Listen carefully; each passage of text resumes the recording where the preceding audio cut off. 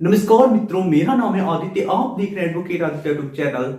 ऐसे बहुत सारे लोग हैं जिनके ऊपर भारतीय दंड संहिता की धारा 498 ए लग चुकी है, यानी उनकी पत्नी ने उनके ऊपर भारतीय दंड संहिता की धारा 498 ए के तहत मुकदमा दर्ज करा दिया है। तो ऐसे में अगर आपके ऊपर कोई आपराधिक मामला दर्ज हो जाता है तो ऐसे में आपको उसमें जमानत करानी होती है। तो ऐसे ही लोग जिनके ऊपर भारतीय दंड संहिता की धारा 498 ए लग चुकी है, वो लोग मुझसे बार बार पूछते हैं कि सर, हमारे ऊपर जो केस लगा है उसमें हमें जमानत कब कराना चाहिए, जमानत कराने का सबसे अच्छा समय कौन सा होता है, इसके बारे में बताइए।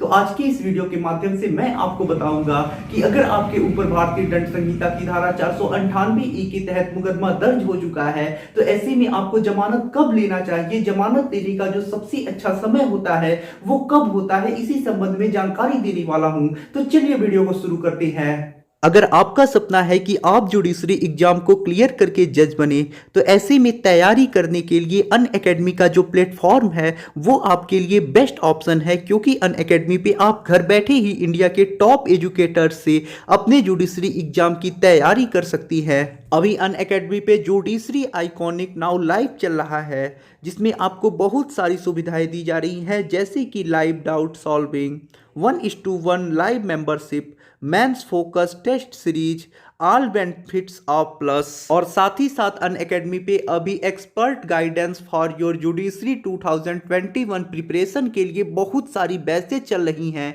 इन बैचेज को अभी स्टार्ट कर दिया गया है और ये सारी बैचेज अभी लाइव रनिंग चल रही हैं। इन बैचेज को आप अपने स्क्रीन पे देख सकती हैं। तो जितना जल्दी हो सके आप अनअकैडमी को ज्वाइन कर ले और इन बैचेज के साथ अपनी तैयारी शुरू करके अपनी तैयारी को और भी ज़्यादा स्ट्रॉन्ग बनाएं और अपने जज बनने के सपने को आसानी से पूरा करें। और साथ ही साथ अनअकैडमी पे T20 mock test series on core subjects भी स्टार्ट किया गया है, जिसमें आपको मॉक टेस्ट देना होता है। इन मॉक टेस्ट का जो शेड्यूल है वो आप अपनी स्क्रीन पे देख सकती हैं। तो जितना जल्दी हो सके अनअकैडमी को ज्वाइन करें और इन मॉक टेस्ट को दें और अपनी तैयारी को और भी ज़्यादा स्ट्रॉन्ग बनाएं, ताकि आपका जो PCSJ का एग्जाम है उसे आप आसानी से क्रैक कर पाएं। अनअकैडमी का जो सब्सक्रिप्शन लेने का चार्ज है वो भी आप स्क्रीन पे देख रहे होंगे। यदि सब्सक्रिप्शन लेते समय आप ASRI 10 कोड का यूज करते हैं तो आपको 10% डिस्काउंट भी मिल जाएगा। देखिए, जो बेल यानी जमानत दिया जाता है वो दो प्रकार से दिया जाता है। पहला जो तरीका होता है वो अग्रिम जमानत यानी एंटीसिपेटरी बेल होता है। तो सबसे पहले तो मैं आपको एंटीसिपेटरी बेल के बारे में बता देता हूं।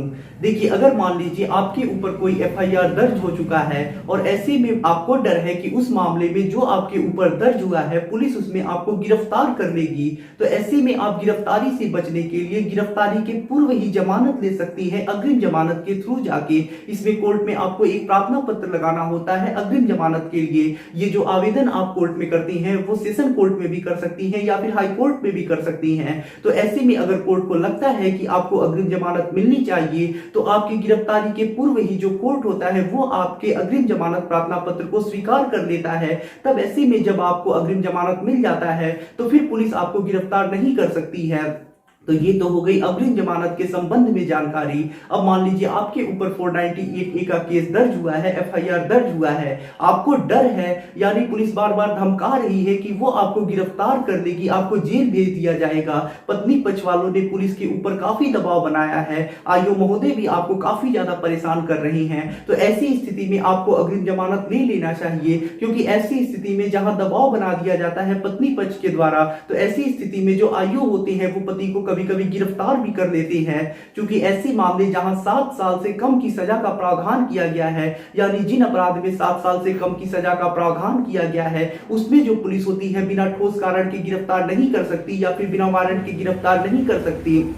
लेकिन जब दबाव बना दिया जाता है तो ऐसे में जो पुलिस होती है कोई ना कोई ठोस कारण उत्पन्न कर देती है और पति को गिरफ्तार कर लेती है। तो ऐसे में जहां आपको डर होता है कि आपको गिरफ्तार कर लिया जाएगा FIR होने के बाद, तो FIR होने के बाद और चार्जशीट लगने के पहले आपको अग्रिम जमानत लेना होता है। आप जब अग्रिम जमानत ले लेती है तो ऐसे में जो आपकी गिरफ्तारी का डर है वो समाप्त हो जाता है। तो अग्रिम जमानत आप समझ चुके होंगे कि कब लेना है, जब आपका FIR दर्ज हो जाएगा उसके बाद, या फिर फिर जब चार्जशीट लगता है उसके पहले यानी एफआईआर के बाद और चार्जशीट लगने के पहले आपको अग्रिम जमानत लेना होता है। तो शायद अग्रिम जमानत के बारे में आप समझ चुके होंगे कि आपको ये कब लेना होता है और कब आप लेंगे।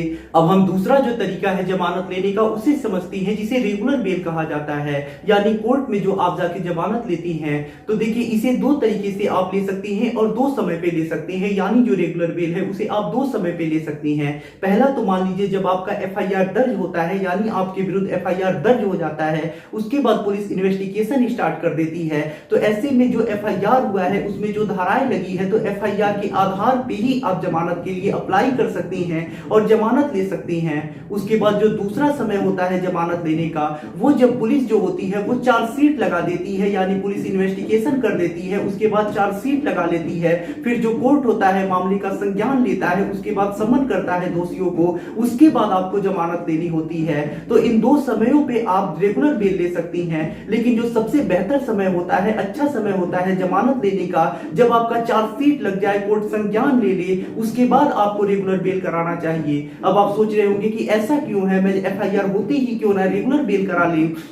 तो देखिए जब एफआईआर होता है, पुलिस इन्वेस्टिगेशन करती है, तो हो सकता है एफआईआर लग जाए या फिर जो न्यायालय है वो उस मामले पे संज्ञान ही ना ले, या फिर आपको समन ही ना करे, या फिर कोई और मामला हो जाए, या फिर आप लोगों में समझौता हो जाए। तो ऐसे बहुत सारी चीजें हो सकती हैं। तो ऐसे में आपका जमानत लेना बेकार हो सकता है। लेकिन अगर चार्जशीट लग जाती है, उसके बाद समन होता है, आपको न्यायालय संज्ञान लेता है, तब आप रेगुलर बेल लेती हैं, तो ऐसे में यही बेहतर होता है। और दूसरी बात ये होती है कि मान लीजिए पुलिस इन्वेस्टिगेशन कर रही है अभी, और आपके ऊपर जो धाराएं एफआईआर में लगी है उसके आधार पे आपने जमानत करा लिया, और पुलिस ने कोई धारा बढ़ा लिया, यानी कभी कभी जैसे धाराएं घटती हैं वैसे धारा बढ़ भी जाती है।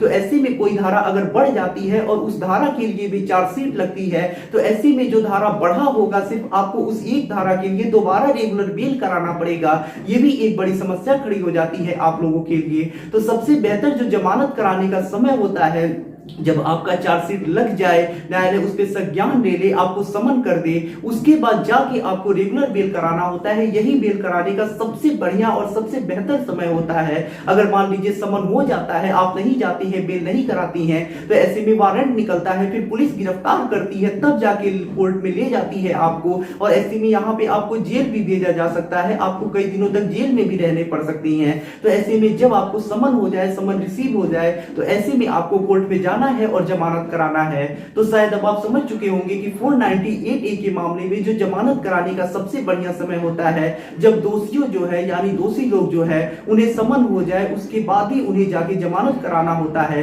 तो आशा करता हूं ये जानकारी आपको काफी ज्यादा पसंद आई होगी। अगर आप किसी कानूनी समस्या से परेशान हैं और ऐसे में आप मुझसे फोन पे बात करके अपनी कानूनी समस्या का समाधान प्राप्त करना चाहते हैं, तो इसके लिए डिस्क्रिप्शन चेक करें, वहां पे बताया गया है कि आप किस प्रकार से मुझसे फोन पे बात कर सकते हैं। अगर आपको वीडियो पसंद आया हो तो वीडियो को लाइक करें, अपने दोस्तों के साथ शेयर करें, और यदि आप चैनल पे नए हैं तो चैनल को सब्सक्राइब करके बेल आइकन को दबाएं। मिलते हैं नए वीडियो के साथ अगले दिन, तब तक के लिए जय हिंद, जय भारत।